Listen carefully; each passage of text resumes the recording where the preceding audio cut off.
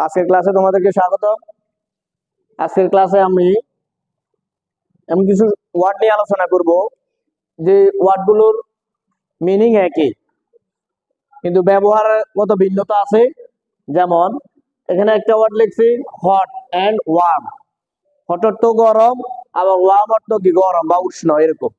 তাহলে কখন আমরা হট ব্যবহার করব কথা বলার সময়, অথবা কখন আমরা ওয়ার্ম ব্যবহার করব সেটা আজকে জানবো।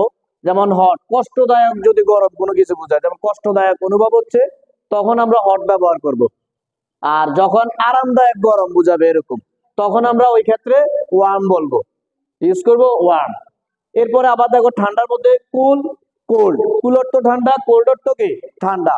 কখন আমরা কোনটা ব্যবহার করব সেটা দেখো। আরামদায়ক ঠান্ডা যদি হয় তখন আমরা বলবো কুল, যেটা আমাদের আরাম লাগে, অনুভব হয় এরকম, তখন আমরা কথা বলার সময় বা বাক্য গঠনের সময় আমরা কুল ব্যবহার করব, আরামদায়ক।